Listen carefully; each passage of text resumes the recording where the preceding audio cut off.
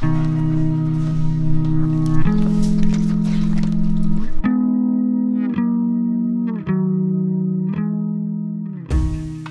you guys, it's Erin and welcome back to EatMoveRest. So we are in the kitchen today because we are going to be making a raw vegan, gluten-free granola, otherwise known as Rawnola. So this is the perfect thing to take on the go, out the door. You can keep it in your car, bring it to your work desk, on a hike, or even send it with your kids off to school. It's fantastic fun for the whole family. So if you guys like granola, I think you should give this video a thumbs up. Hit that subscribe button up in the corner if you're not already part of the EatMoveRest fam. We'd love to have you join us.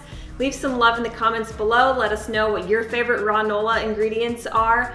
And be sure to share this with family and friends because I know this is gonna be a keeper in your recipe book. So some of my favorite ways to use this granola are to, for instance, take our homemade almond milk. I'll put the link below to that recipe. We pour that in a dish and then add the granola and you've got cereal, homemade cereal. And another thing you can do is a parfait. There are all kinds of dairy-free yogurts. One of our favorites is coconut yogurt. We're also coming out with a recipe for that. And the third way is to top your smoothie bowl with it. So let's get started. So for this recipe, I'm gonna be using my Excalibur dehydrator. If you don't own a dehydrator, I'm also gonna make note of how you can do this in the oven. You will need 3/4 cup of raw buckwheat, 1 to 1.5 cups of fruit of your choice. I chose Honeycrisp apples. You can also do pears, pineapples, berries, whatever fruit you enjoy most.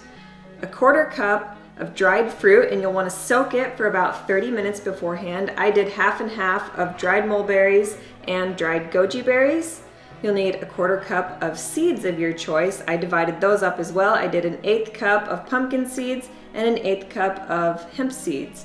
Then you'll also want to have 1/4 cup of date paste, and date paste is going to take about 4 to 5 medjool dates for this amount with 1/4 cup of water blended up.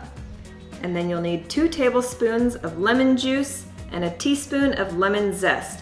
To give this Rawnola some extra flavor, you'll need 1 teaspoon of vanilla extract, a dash of cinnamon, and a pinch of Himalayan salt. So this recipe is a lot simpler than it sounds. It might seem like a lot of crazy ingredients, but really, this is an opportunity for you to get creative in the kitchen and explore with different ingredients. So the main things you're gonna need are just your buckwheat and your fresh fruit, and then you can really go from there with whatever nuts, seeds, and dried fruits you want. And as long as you've got just the fresh fruit, the buckwheat, and like your date paste, you can really work from there.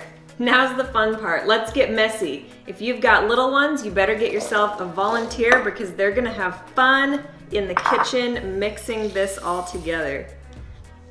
All we're doing is pouring all of our ingredients into the same dish, and we're gonna get messy.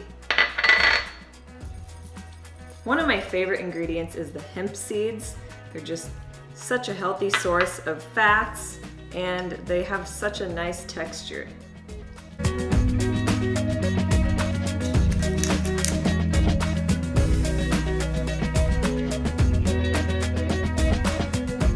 Now it's time to get messy.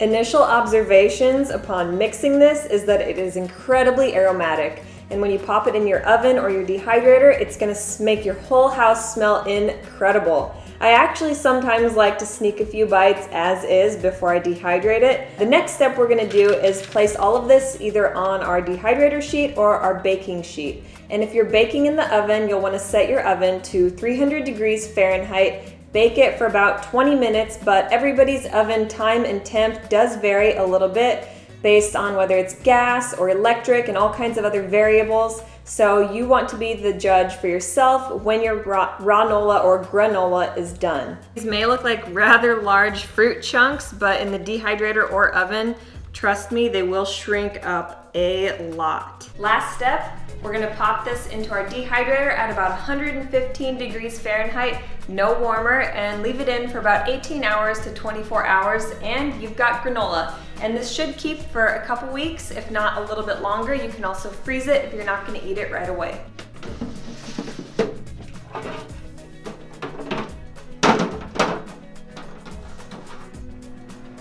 For raw foods, you'll want to keep your temperature at or below about 118 degrees Fahrenheit. I usually go somewhere in between 105 to 115.